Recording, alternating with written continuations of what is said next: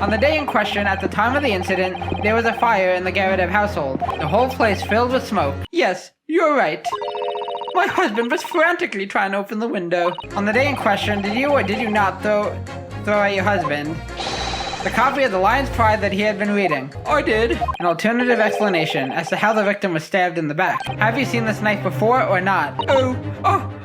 If my learned friend's farcical theory has any truth in it, then both in a burning book and a jackknife must have been flown through the sky before this couple's eyes. In other words, if a book or knife would have been thrown through the open window, it would have clattered against the pane and fallen straight down to the pavement below. There was never any possibility of either the book or knife traveling 15 yards over the road. Oh yes, that street by a road. That's the boundary between Rowley's beat and the next one. If the Geradev household is on your beat, does that mean that the pavement next to it is as well? Yes, ma'am.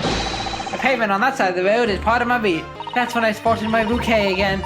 But the funny thing was, when I went to pick it up, it was nowhere near the victim's body at all. So the bouquet somehow moved from one side of Briar Road to the opposite. It was found on the edge of the pavement in front of the Geradev household. Yes, there is someone who tampered with the scene of the crime that evening. Constable Rowley Beat, it was you! You claim the crime scene was tampered with. But there's only one reason anyone would commit such a reckless crime: to hide something, where the victim fell to the ground. That is what this body had to cover up at all costs. What did move was the scene of the crime itself. He moved all the things shown in this print: the victim herself, the 4 books. He moved everything, in fact, to the pavement on the east side of Briar Road. But for Constable Beat, the day in question was special. It was our very first wedding anniversary. When a crime is discovered on his beat, a policeman must assist with the initial investigation and help detectives. Is that or is that not the reason why he moved the whole scene of the crime that day? Everything you said, it's all right. I'm sorry. I'm so sorry. It's imperative that we cross-examine juror number 4, Mrs. Joanne Geradev. Oh. Okay, we are going right into it. Witness, state your name and occupation. Yes, my name is Joanne Geradev. And I'm, well, I'm a juror and such like. It sounds like even she doesn't know if she's a housewife or a maid or what anymore. The court has decided your testimony is required in order to clarify matters in this case. Do you understand, madam? Yes, my lord. You will tell the court everything that took place in your household on the evening in question. And I warn you, do not attempt to hide the truth. Oh dearie me. Oh, she's shaking. Oh, is this a Geradev? Chin up, Joni. Nothing to worry about? No? Oh. Hey there, what are you doing here? Oh, I didn't know you were here, John.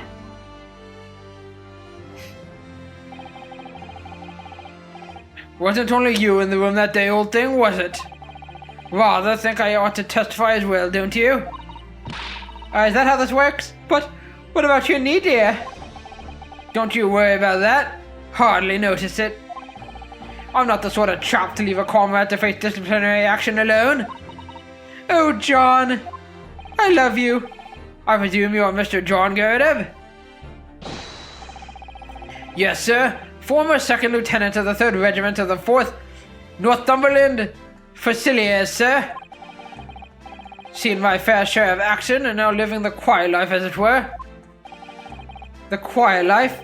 Were you not engaged in an incendiary battle with your spouse on the day in question? Ah, well, yes. Oh, quiet. I believe this may represent a first in the proud history of the British court. Calling a juror to the witness stand is unprecedented. However, the court will hear your testimony now, juror number 4, and that of your husband. You will recount clearly and concisely the events in your home at the time of the incident in question. Sir, at once.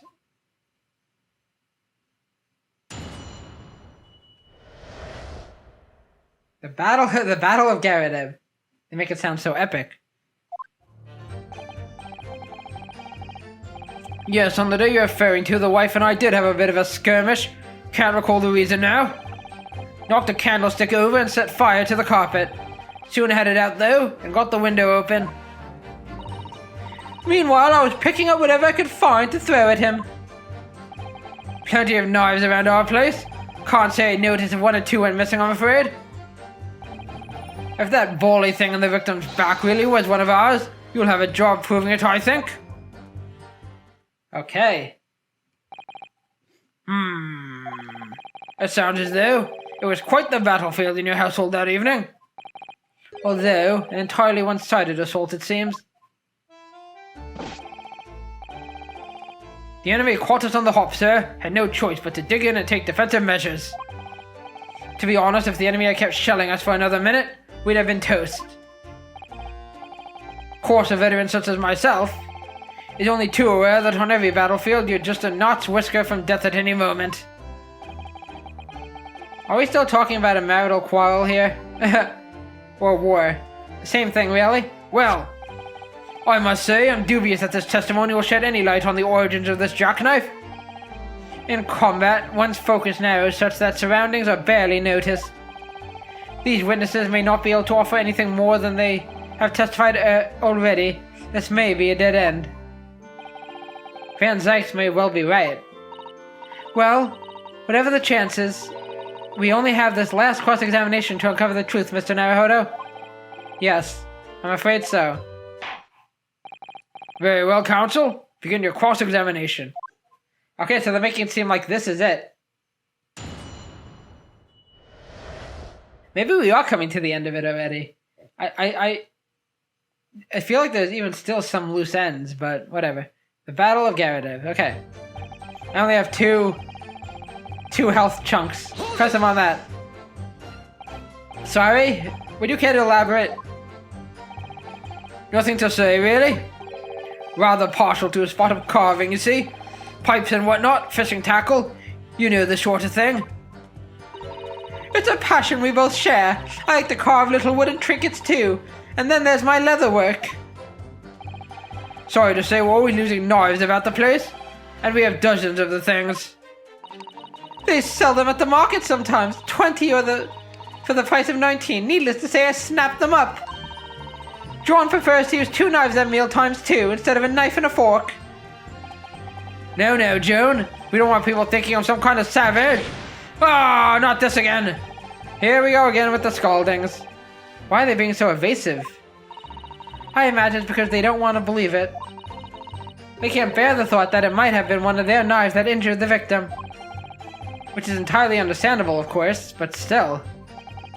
Go on with your testimony, witnesses. Sir? Hold it! So, you have no intention of admitting it was your knife, unless we can produce proof? Huh, he's sweating. Even though there is no other credible possibility of if Mr. Natsume is innocent? Objection! You forget, my Nipponese friend, that it is yet to be established that the accused is not responsible for the attack. As if I could forget. He's my client. If only there was some way to know who had handled the knife. But I suppose wizardry like that is just a dream. There's no way. Perhaps you're thinking of fingerprinting, Mr. Naruhodo? What? You mean it's not a dream? That sort of wizardry really exists? Are you kidding me?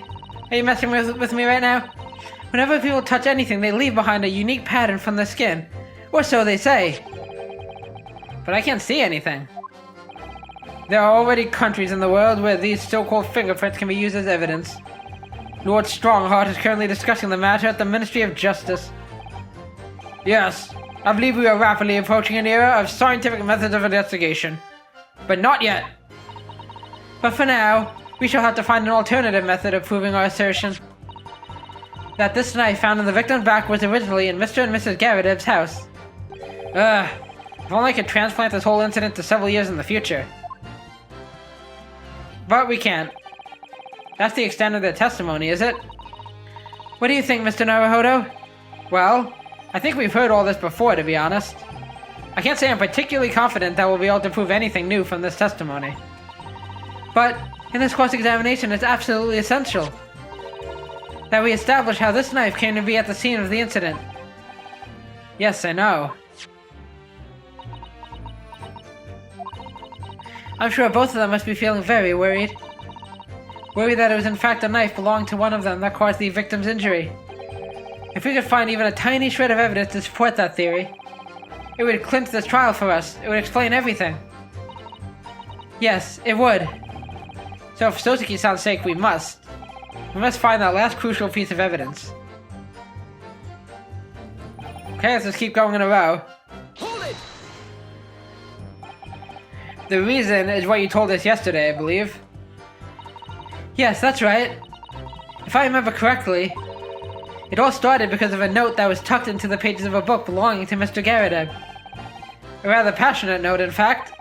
But Mrs. Garrett found the note, discovering her husband's little secret. And she gave him a mighty number of slaps across the face for it, too. Slap, slap! What a sordid state of affairs. Hell on earth. You got that right. I say, when a chap says you can't recall such things, it's common decency not to drag it all up. And besides, half of it was wide of the mark anyway. A likely story. These waters run very deep. And what transpired next after these multiple blows to the face? I just realized the slap mark isn't on him anymore. I guess it makes sense that would go away after a while. Okay. Hold it! Check this out. And the fire also spread to some items of furniture, didn't it? The bookcase, my armchair, anything of mine really. Just so happened there was some bath water around that evening, so I sloshed that about to put it out. A most precarious situation you put yourself in. Ours is a 3-story townhouse on the west side of the street, where the water main isn't connected yet. Have to draw water from a public water pump during the day if you need any, you see. The lodge is always moaning that they can't get any water at night. Although, that little mustached Japanese man buys water in bottles, I believe. The defendant, Mr. Natsume, you mean? Yes, he receives a stipend for his studies, you know, from his home country. Can you imagine being able to brew a pot of tea at all hours? He's obviously very well off. Is he? Have you actually seen the state of the man? Yeah, I was gonna say. He seems like he has nothing. I believe he uses all of his income to buy books. Well, anyway, the point is, I was able to douse the fire with water, fortunately enough. Okay. Hold it! Even though the room was on fire? As far as I was concerned at the time, it was more important to extinguish my anger than the flames. When a woman wants to throw, she must throw. This is most certainly not true of a Susanoo takedown, Mr. Naruhodo. How'd you know I was thinking that? So, please cast your mind back and try to remember. Was the knife among the items that you threw at your husband that day? In all honesty, I don't recall. But I feel I must point out that I'm no monster. Let me see. Some bread, a cabbage, garlic, a towel, and a sponge. Jupiter! He remembers though, don't you? I was gonna say, he would remember if a knife was chucked at him. Especially if the knife was out. Excuse me! Do you have something to add, sir? No, carry on. Mr. Garrett, explain yourself. Don't shoot! Sorry, I beg your pardon. Did your wife's remark just now bring something to mind? Nothing of any significance, no? Just that the barrage of projectiles I don't think launched in my direction was somewhat more solid than she implies.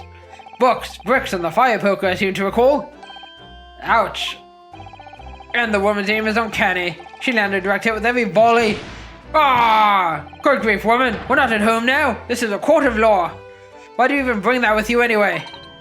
Oh, dearie me. Ever so sorry, dear. What's she even doing with the tea? Exactly. What's she even doing with the teapot in here? Honestly, John, I would never have thrown such things at you, obviously. Is that so? Well, take a look at this then. How do you suppose that happened, Oh, wait. No. Never mind. What I was thinking is, the tape on his pipe there. I was thinking that had something to do with the knife, but no, we had something like that wrapped around the bouquet. Never mind. I don't know what he's pointing to. Okay, so he is talking about his pipe though. I guess maybe she chucked that. Your pipe, sir? Hardest thing in my hand as usual at the time of the onslaught. Knocked her clean out with one of her soft projectiles, she did, yes? And when I went to pick the thing up, it was broken in two. I like to see a sponge do that sort of damage. I see. Your pipe was broken. It would never have been sent flying unless it was hit by something pretty solid. Anyway, I've managed to bandage the thing up for now. You are one to exaggerate, aren't you, dear? I wonder what we should make of this account. I'm gonna say it could be important, yes. The defense believes Mr. Garrett's remarks just now to be of great significance. Objection! This war veteran's words only tell us one thing. Betray a fiery wife and pipes, as well as hearts, may be broken. Sentimental wisdom perhaps, but hardly worthy of adding to the formal testimony. Indeed, common sense, one might say. Might one? In that case, would you at least permit us to examine the pipe, sir? Ah, well, I don't see why not. Oh, dearie me, there you go again, trying to ingratiate yourself with a young lady. Very well, the court will accept the gentleman's pipe as evidence. Mr. Garrett's pipe apparently fell to the floor during a domestic dispute he had with his wife and broke. Hope I didn't speak out of turn, Mr. Naruhodo. I was just really feeling rather disappointed for you that your request was turned down. Oh no, it's fine. Thanks to Suzuto-san, we have some new evidence to work with. We should examine it carefully. Well, thank you for that, rebuttal, Mr. Garrett. Now, if we can return to the crux of the matter. Let's take a look. It looks to be in the sorry state with that bandage around it, doesn't it?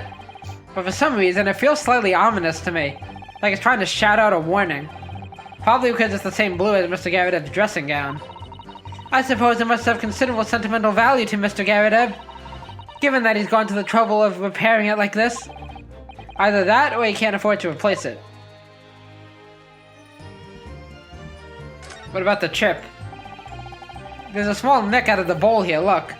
It appears to have been made relatively recently. And see how there are little scrapes and dents all over it? It's clearly a well-loved pipe. Yes, you're right. It seems to me recently that being well-loved goes hand in hand with getting some battle scars. This particular nick is catching my eye, though, because it's clearly new. Oh, is that the edge of the knife that was broken off? Oh, something just twinkled inside the chamber of the pipe there. Yes, I saw it. Something stuck in there, I think. Let's turn it over and give it a shake. What's this? It's a tiny fragment of metal. It looks like the tip of a blade or something. The tip of a blade? Surely it couldn't be. I think it could. Small piece of metal looks like it might be the tip of a knife blade. It was stuck inside the bowl of Mr. Garrett's pipe. I think that's probably all I need to examine. Now let's examine the fragment of metal itself.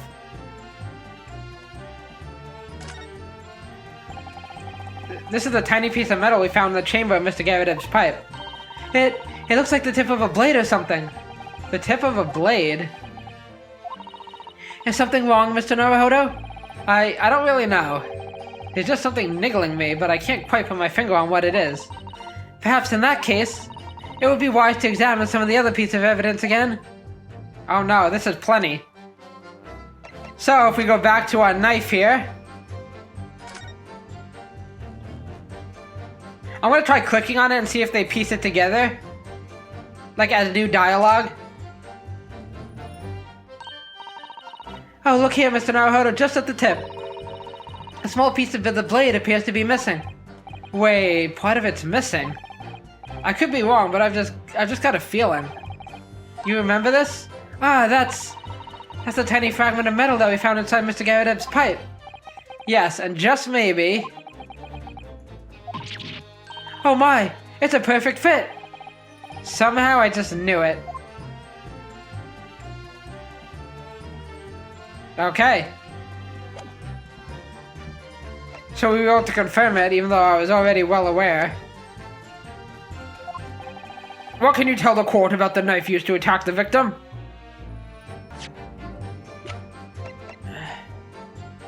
I guess this? Objection! Objection! Mr. Garredeb, could I ask you to take a good look at this, please?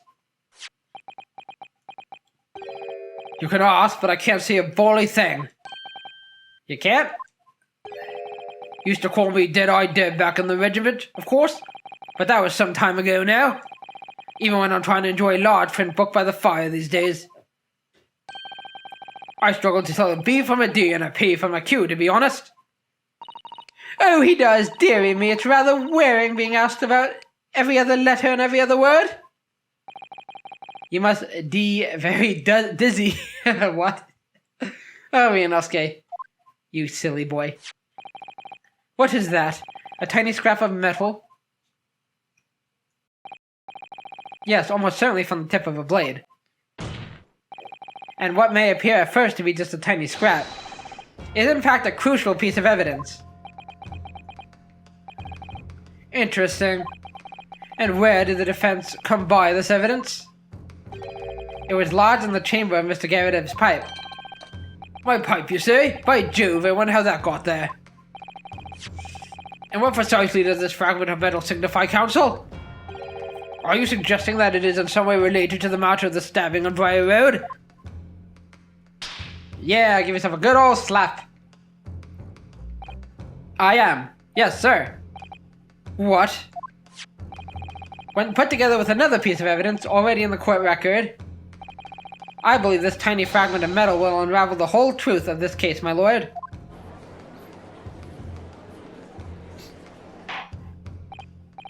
You appear rather confident in that extraordinary statement, Counsel. Very well then, present the pertinent evidence to the court. What evidence, when paired with this fragment of metal, allegedly reveals the truth of this entire case? That would be the knife. Take that! This is the knife that was found in the victim's back.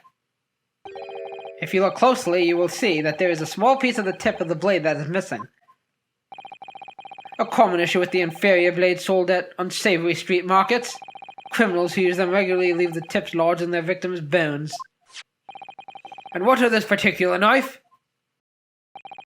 No doubt its tip has suffered a similar fate, now languishing somewhere near the spine of the victim. Objection! No, that's not the case. The tip of this particular knife's blade is the very fragment of metal we discovered in the chamber of Mr. Garredeb's pipe. Oh! Ah! My heart! Good grief, Lord Van Zykes! I don't believe it. The knife on the crime scene and this fragment of metal are a perfect match. Good golly gosh! Okay. Order! Is this some sort of Eastern sorcery? More witchcraft? This is no magic, my lord. This is a miracle. A miracle?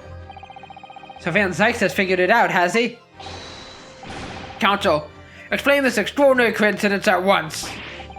Yes, my lord. The crucial point we have to ask ourselves here is when did the fragment of metal find its way inside Mr. Garredeb's pipe? Something that was clarified for us in the most recent witness testimony. Did she chuck it at him? Had this thing in my hand as usual at the time of the onslaught? Knocked it clean out with one of her soft projectiles, she did? Yes. It would never have been sent flying unless it was hit by something pretty solid. Yep. Oh. Dearie me. Bleh. During the argument between these two that occurred just as the victim was on the pavement below, Mrs. Geradev flung this knife at her husband. However, the knife missed Mr. Geradev, instead striking the pipe in his hand at the time, which caused the tip to break off. Of course, that must be a really flimsy knife for it to chip off that easily. Good lord! Yes, and that is when the tiny tip of the blade found its way inside Mr. Geradev's pipe. The chances of that are 1,000,000 to 1. But it happened, and yet there's no other credible explanation for how the tip of the blade ended up in your pipe. Then, after losing its tip, the knife ricocheted off the pipe and flew out of the open window. Ah! In short, this knife, which fell from the window of the Geradev's house, is the very same knife that struck the victim in the middle of the back on the street below. Oh gosh, oh dear, oh! No! Objection! That still doesn't clear not to me, though. That means anyone could have found the knife on the floor, picked it up, and stabbed her. A full body theory, I'll give you that. A complex bouquet of seemingly trivial points, plausibly arranged to create an almost passable vintage. Allow me to toast my learned friend's characteristically Nipponese approach to bottling his argument. To you, sir. Sorry? But after all, it is just a theory. A game theory. The bottle, I fear, is corked. Because, you see? Yeah! It's spoilt by an insurmountable inconsistency. An insurmountable... what? Do tell! Lord Von Zykes, explain yourself. What is this inconsistency you claim to have identified? An inconsistency of the simplest nature, my lord. The victim was found with the knife planted in the middle of her back. Yes, in her... ah! That's right, you silly little man! Now, Joan, old thing, what are you getting so excited about? Let us consider the basic facts of the case once more. The victim was walking along the pavement before being stabbed in the back and falling to the ground. If the knife had struck her had fallen from above, it would have hit her head. There's no possible way it could have planted itself in the victim's back. Ah!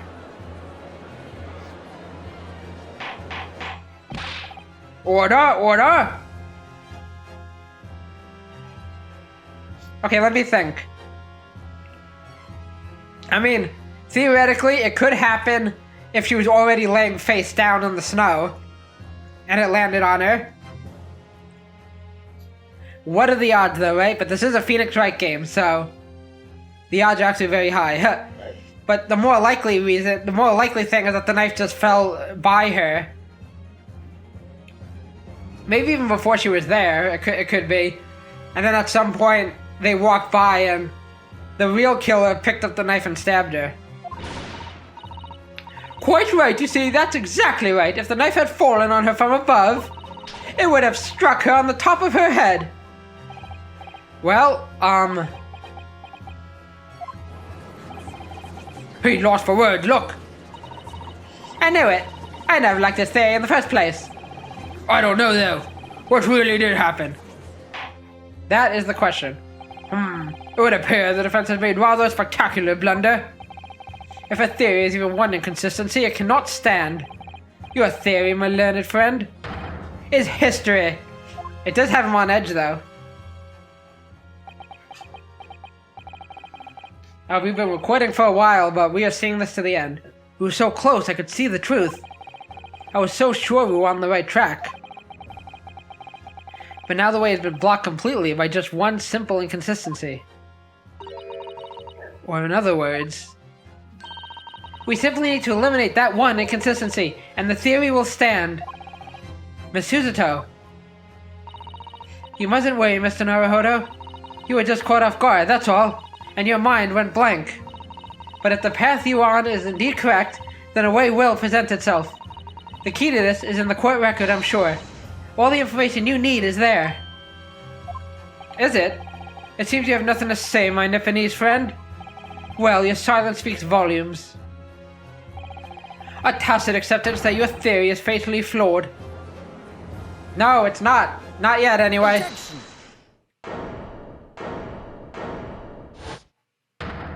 I object. With my head down. This inconsistency doesn't mean I was on the wrong track. It means that I need to sharpen my mind and dig deeper for the truth. Are we doing the deep dive thing? It's a test. Yes. If the knife fell on the victim from above, there's no way that could have hit her in the middle of her back. Under normal circumstances, that is. What were you implying? Counsel? There is a piece of evidence in the court record that can explain this inconsistency. That can explain how the knife that fell from above could have pierced the victim's back.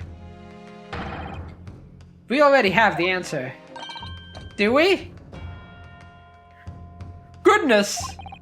Utter madness. Surely this must be the last time. Counsel, present the evidence of which you speak. I don't know, to be honest. I'll have to thoroughly look. This is the last inconsistency, the final piece in the puzzle. If I can successfully make sense of this, the truth will be laid bare at last. The evidence that explains how the falling knife became lodged in the victim's back is... I doubt the map. I doubt the book receipt. Let me see the case file. A young woman rendered unconscious... Oh, sorry. Never mind. Unconscious following a stab wound to the back. I thought it was going to say that she was unconscious before. This is what I was talking about before. Victim remains unconscious. Her name is gleaned from a pistol effect. Other details are unknown. He even says apart from the single stab wound from the large knife, no other signs of injury were observed. Maybe one of the pictures? Even in this picture, she's on her side. Does it have to do with the book? I mean, I had said she might have already been laying down, right? But I don't see the piece of evidence that... The only thing we don't have an answer for is this, why she's holding the book. That's the only thing I got.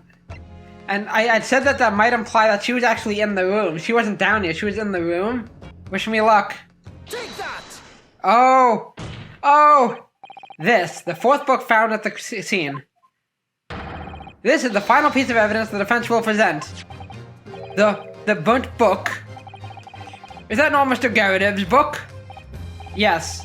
And to understand its significance, we have to consider how it came to be at the scene in the first place. This photographic print clearly shows the book in question. And the victim holding it in her hand. But as we all know now know, it was the police constable that put the book between her fingers like that. No, it was already like that. Quite so, as part of his wholesale transplanting of the crime scene to the opposite side of the road. That's true, however, as part of his testimony, Constable Beat made an extremely enlightening statement on that point. He said it was already in her hand. But what made you place that book in the victim's hand? Oh, well, sir, that's because that's how I found it. When we first ran over to the scene, the victim was already holding the book. So when I moved everything, I made sure it was still in her hand. In other words, the victim had already picked the book up of her own volition. Oh, wait. Oh, you know what they might... Okay. You know what they might be getting at then? She would have had to bend over to pick up the book. I bet that's what they're getting at. And clearly that must have been before she suffered the knife wound. Well, I should say so. After being attacked with a knife, I don't imagine she'd have been doing much of anything. So the question becomes, why did the victim have that book in her hand? By Jingo! Jingo Jango! I think I'm beginning to see what may have happened now. Oh dearie me! We know that the book fell from the top floor of the Garadev household onto the pavement below. At precisely the moment that the victim was walking past. Yes, at exactly that moment. The young woman was walking along the street in the light fog. when all of a sudden, a book fell right in front of her. The book I threw! Yes, Mrs. Garrideb, and what do you think the woman did? What would you do if you were walking along and suddenly a book landed in front of you on the pavement? Well, I really can't imagine it, but I suppose she might have reached down and picked the book up. Bingo! Yes, that is exactly what the woman in fact did. She picked up the book. Oh heavens! And when the woman reached down to pick the fallen book up, what position would her back have been in? Her back would be face up. That's right, facing the sky, completely and utterly defenseless. Then, in the very next moment, while the woman was still bent over picking up the book,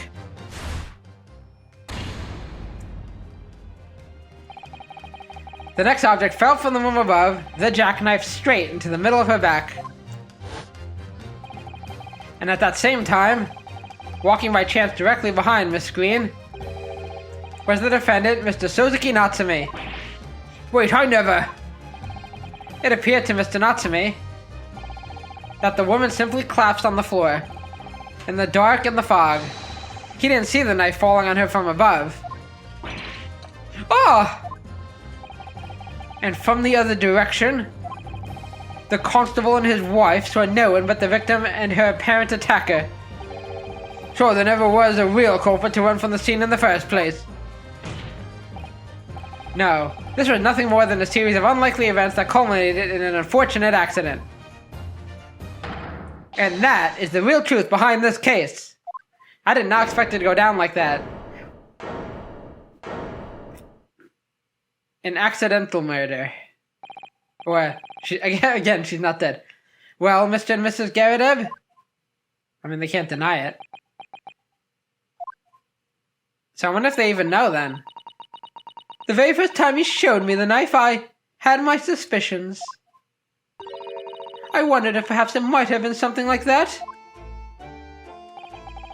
There, old bean. Poor Mrs. Garrideb. Of course I never meant for anything of the sort to happen, but it was all my fault, wasn't it? Kinda, yes. I take full responsibility. I let my anger get the better of me. I threw that book. And I threw the knife as... Oh my gosh. And I threw the knife as well. Her voice does a number on my throat. Especially if I do it for too long. John, dear. It's all right. I know. Aw. I'm ever so sorry. Truly. I'm sorry! And there we go. Kablamo! Oh, now she's the one. You're like, dang it all! You're too heavy! Oh my gosh!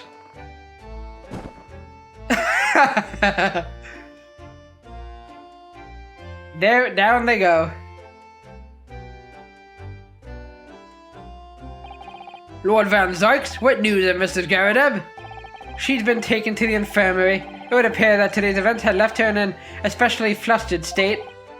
However, I believe she will recover in due course. There is no cause for concern. But it is like a second time of passing out? Yes, unbeknownst to themselves, they caused what could easily have been a terrible tragedy. They shall have to prepare themselves for the consequences of their actions. There is some good news, however, my lord. I have just heard word from the hospital where the victim is being treated. Her condition is improving steadily, and the doctor believes she will regain consciousness soon. It's strange. We've been talking about the victim all this time, but we never once met her. How wonderful! The woman is out of danger, it seems. Yes, that is good news. So, Mr. Suzuki Natsume? Yay! I didn't think we'd get to this point so quickly. Yes? On behalf of my fellow countrymen, I would like to take this opportunity to beg your pardon, sir. You came from your distant eastern homeland to study our great British culture. And I've been repaid with immeasurable unkindness. Please accept our heartfelt apologies. Me no speak English. I don't know what you just said. You should all be ashamed. Even though I just kind of made fun of him. No, it is me who should be begging your pardon. Oh no, Mr. Natsume. That evening, when the young woman just collapsed on the pavement before my eyes, I jumped to the wrong conclusion again, in my confusion. What conclusion, sir? I was sure that the woman was dead. Yes, Constable Beat said the same thing, didn't he? He thought she had been killed too. I suppose she must have looked completely lifeless.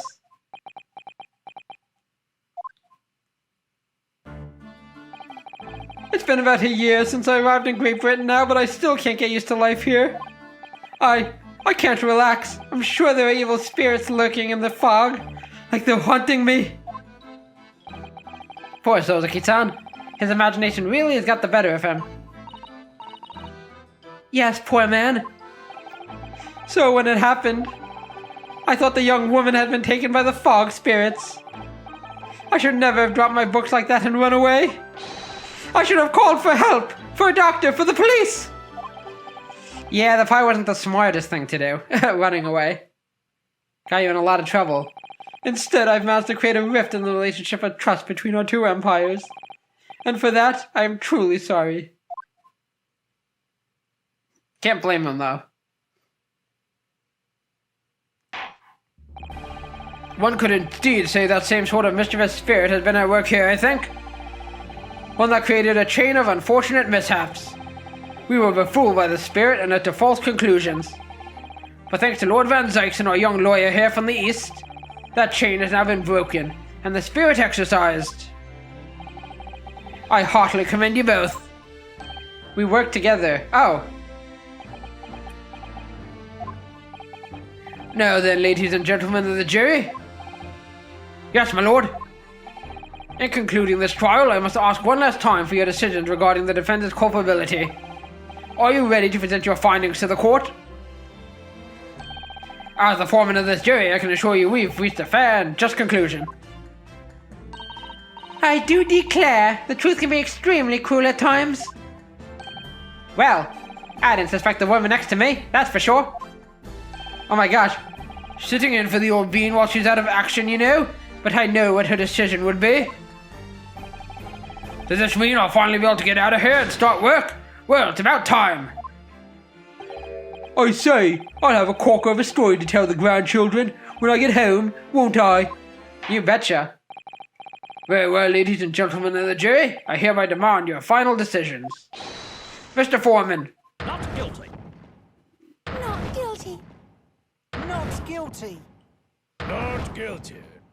That's what he sounds like. Not guilty. Yay!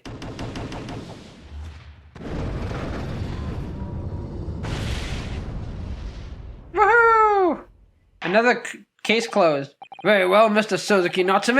I hereby pronounce you not guilty! Woo! Yeah, bring on the confetti! And the fireworks, I forgot about those. Oh yeah! Sweet. And finally, Mr. Natsume. Oh, yes, Lord, sir? You are now a free man once more. It is my hope that you'll continue to further your education in British culture. Are you kidding me? I'm out of this hellhole. And may you never again be brought before me. Oh yes, sir. Of course. On my life, I swear I'll never set foot in a courtroom again. I'm transported to tears. Wah! Thank you, counsels. Court is adjourned. Now get out of my sight. Okay. Another case closed. 20th of February, 3:17 p.m. The Old Bailey. Defendant's antechamber. Oh, locum. That's it? Wait, you mean me? Of course! Is there another locum here? Is there even one? Compared to the original locum student, Mr. Naruhodo Esquire, your name has been rather short, hasn't it? I guess it's a nickname. What's wrong with using my actual name? Oh, at last! Oh, that's him. Oh, at last! I'm free! I'm free! Joyful, joyous, jubilant, jubilation! Heady, hearty, happiness, hurrah! Oh, I am pleased. Mr. Natsume is delighted. I don't blame him. Would it be so hard to just say that then? Locum, you did it. You saved me from the brink. Well, what happened to the poor woman was in no way your fault after all. I'm just glad everyone can see that now. No, not that. Lovely, loyal, locum lawyer. Yes? Can you stop saying that? I mean, as I said before, I have just never got used to life here in Great Britain. Every time I look over my shoulder, I see foreigners. I see towering brick buildings. And from high up windows, I see them looking down on me, laughing.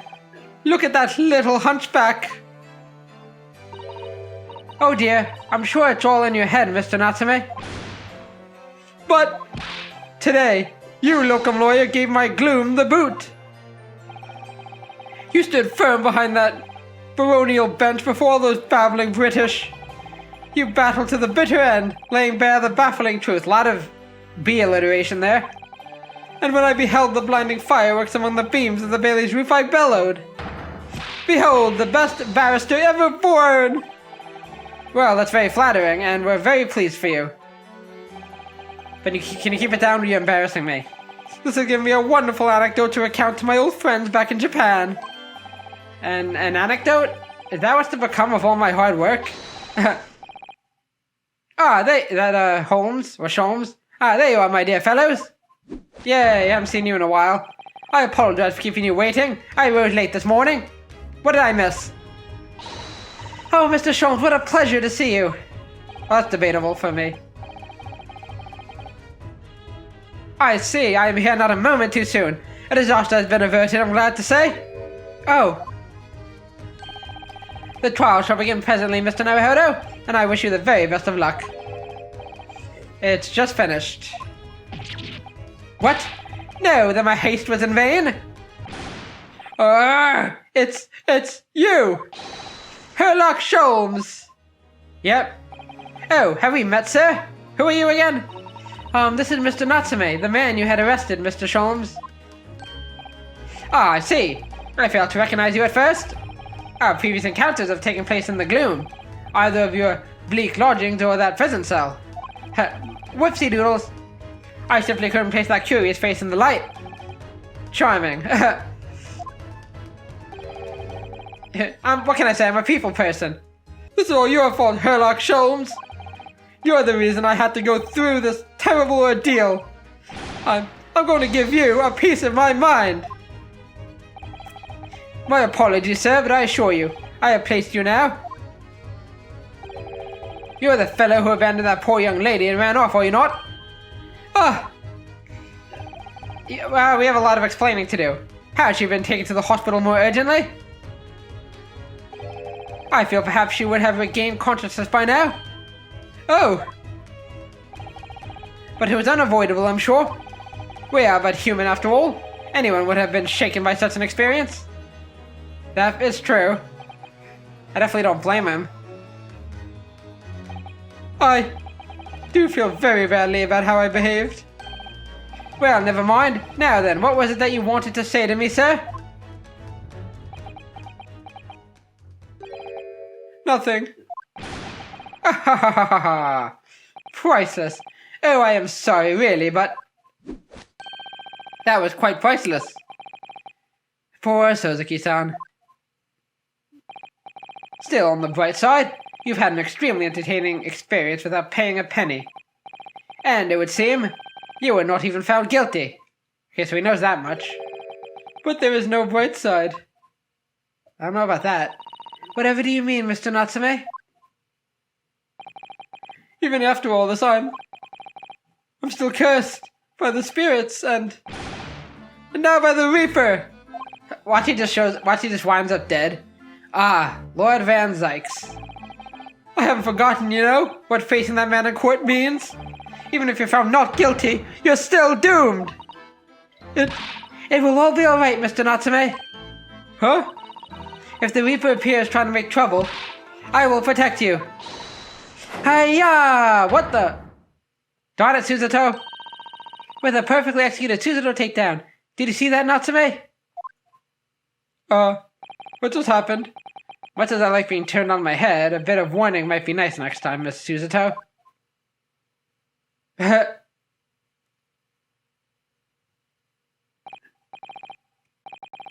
So, Mr. Natsume, what do you intend to do now? You mentioned something about recounting your experiences to your friends back in Japan.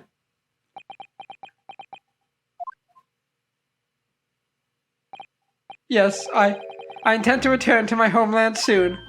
Oh! It has already been a year since I arrived here in Great Britain. I visited universities, libraries, bookshops.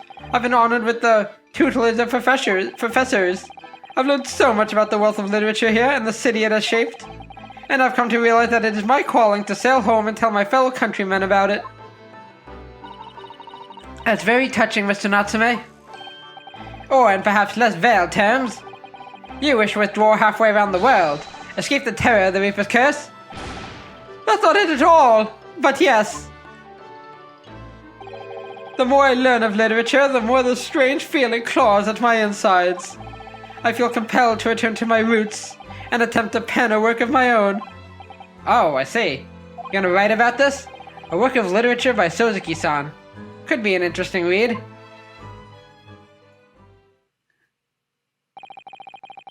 And what about Miss Suzuto and yourself, Mr. Naruhodo? Sorry? What about us? Will you return to Japan alongside your mustache compatriot? Why would we? We are here to be a lawyer. A week has not yet passed since we arrived in London. And only now does it feel as though we have finally found our feet. Of course you found your feet. They're right under your legs. Ah ha ha, I'm so funny. And you are accommodating in a hotel at present, are you not? That's right. But we need to find lodging before it bankrupts us. I've calculated we can only afford another 10 nights before our entire budget is exhausted. Why don't you come stay with me and Iris? That'd be cool, actually. Well then, you can take my lodgings. Yeah, no. Oh, the windowless room? Ah, but what it lacks in windows, it more than makes up for with a floor, a ceiling, and walls. It's perfect. Great. And of course, I'd be happy to leave behind the accursed evil spirit. Oh my, an evil spirit? Good God, no. Oh yes. It tries to suffocate you while you sleep. It's an infallible wake-up call. I'd rather not. We'll think about it, if that's alright. Run, Suzuto, run. Perhaps I can offer a more welcome alternative. Would you consider taking lodgings with me? Really? Suzuto's like, yes, yes. Well, a vacancy has conveniently presented itself. Wait, did Iris leave? Or somebody else up there. There it is, up in the attic, I might add. Are you sure it isn't just a storage loft? I spoke with the landlady this very morning on the matter of price, and Iris is cleaning the room as we speak. You must come at once. I presume you have no luggage to speak of? Oh, this is simply wonderful. I get to actually live with Sherlock Holmes. What an honor to be invited to take lodgings in the great detective's office's attic. I'm too overcome for words. I think I'm gonna cry. So, suggesting we look elsewhere is out then? I was gonna say, if I even hint at going somewhere else, she's gonna Suzuto take down my butt. Then it's settled. Iris will prepare a welcome dinner this evening. And you must come too, Mr. Natsume. I insist. Do I have to? I don't know what to say, but thank you, and yes. Wonderful.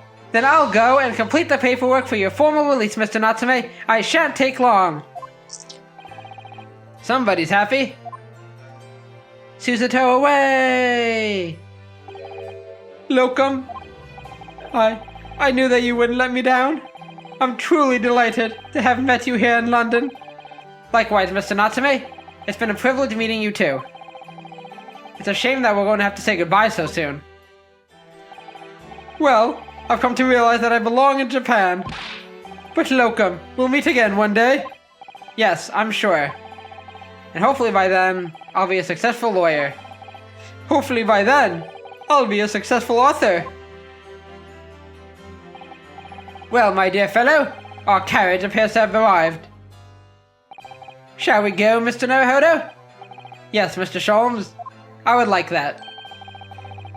I have little doubt Mr. Natsume will be released in time for dinner this evening. Yay! And so, with Sozuki-san's innocence successfully established, we rode with Mr. Sholmes to what was to become our new home, 221B Baker Street. Is that it? Or, oh, here's the attic. 20th of February, 4:41 p.m., the attic room. Ooh, it looks lovely. There's a spade. So this is to be our new office, yes. Isn't it lovely? Our office? Is this the first Ryunosuke law agency or whatever? I rather like the sound of that. Me too. It's simply wonderful, isn't it? It's like Sweeney Todd. We're in the attic. Sholmes is in the basement or downstairs. We're gonna kill people and send them down to him. What? I hope you can see this, Kazuma. It's only a small step. But I like to think we're getting a little closer to your dream now. So, my dear fellows, do you like the place? Oh, look at you in your casual garb. Ah, Mr. Sholmes, yes, thank you so much. It's a delightful room, Mr. Sholmes. I simply adore it. Good, I'm pleased to hear it. Iris and I are delighted to welcome you. I hope everyone's hungry. It's nearly time for dinner. We'll eat as soon as Mr. Natsume arrives. We have a lot to celebrate. Iris, you must let me help you. Alright then, Susie. You can be in charge of the salad. What is that? Splendid. Okay. Just us? So, Mr. Naruhodo, how does it feel to have your own office in the capital? It's very exciting, actually. I can't help wondering what adventures await us. Ah ha ha ha ha ha ha! Those were precisely my sentiments when I first established my office at these premises. Until I discovered the dark truth about the city of London. That is... Sorry? Are you gonna drop a bombshell on me? London is a glorious place full of wonder, opportunity, prosperity, and mirth. But the brightest of lights cast the darkest of shadows. Shadows? What do you mean? Well, I believe you're well aware of the murkiness that lies behind London's facade already. So, once again, Mr. Naruhodo, I bow to you, sir. Welcome to London. Yay! Of course, at the time, I had no idea of the significance of those words Mr. Sholmes so casually spoke. But it wasn't long before my turn came to lift the facade and see the true depth of the murk that lay behind it. Ooh, it's gonna be a dark one, a dark case, sinister case. And, wait, and? Why does it say end and not to be continued? What's going on? Oh wait, actually, what am I talking about? I think it does that, sorry, I think it does that for every case, right? Like once you get to the end, it says end. For whatever reason, I was thinking it says to be continued regardless. But no, that's the end of that case, and we go on to the next one.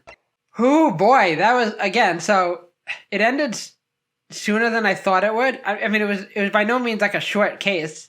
It was like a normal size case, one investigation, one trial. The investigation had 2 parts, I believe. The trial had 2 parts. Now I'm gonna have to split into, however many episodes. I think I can say that that was my favorite case so far. Definitely not how I expected it to go. I expected it to be like an actual malicious stabbing. It does fall in that kind of, I don't want to say ridiculous, but that kind of like coincidental category, right? Like everything just aligned perfectly. She threw the knife, it hit his pipe, flew out the window, she happened to bend over at that moment, At least it makes sense she didn't die, because it wasn't like she was full on stabbed. Like it's easy to think that if she was stabbed in that way, that she would have survived. And yeah, we didn't actually get to see her. I was sure at the very least after the investigation or after the trial was all said and done, we'd get to meet her and like talk to her. But yeah, we never did. This next one's called The Adventure of the Unspeakable Story. Ooh. I actually still don't know what the name of this actually meant. The Adventure of the Clouded Kokoro? Maybe they explained it in the little intro to the case, but I don't remember what that means. Anyway, though, so I had a feeling that Mr. Garadev and the maid were behind it, but again, I thought they were in on it. So I was completely wrong about my theory about the lady who was on the ground really being Mrs. Garadev. Interesting. So I was wrong about some things, but I also... Overall, I think I did okay. As usual, there were some things I stumbled upon. I will say there were a couple of things. I think both of the things in this, in this past section of the trial, though, like, one was where I picked Mr. Garadev, and it was supposed to be the maid. I'm like, it could have been either of them. And then there was one earlier also that I thought there were two options I could have presented the rose to, the bouquet to, that pretty much said the same thing. So that's like one of the things that in the Phoenix Wright games sometimes, or the Ace Attorney games, is that sometimes you have to follow the exact logic they want. Sometimes it feels like there are multiple answers or whatever, but that's how it goes, All that happens is you just lose a little chunk of health. No big deal. But yeah, that wraps this up. I've been recording long enough. We're just approaching 3 hours. So this is going to be split up at least into 2. I'm thinking maybe even 3. We'll see. I'll have to see as I edit. I might try and fit into 2. So, thank you guys so much for watching. I really enjoy this case, and I cannot wait for the next one. The next one's the last one of this game. And I feel it's going to be a doozy. And a long one. So strap in. So yeah, thanks again. Go ahead and like the video if you enjoy it. If you enjoyed it, subscribe to the channel. It would really help me out. Hit that notification bell if you want to know when more go up. Share the video. And I hope to see you again soon. So take care and bye-bye.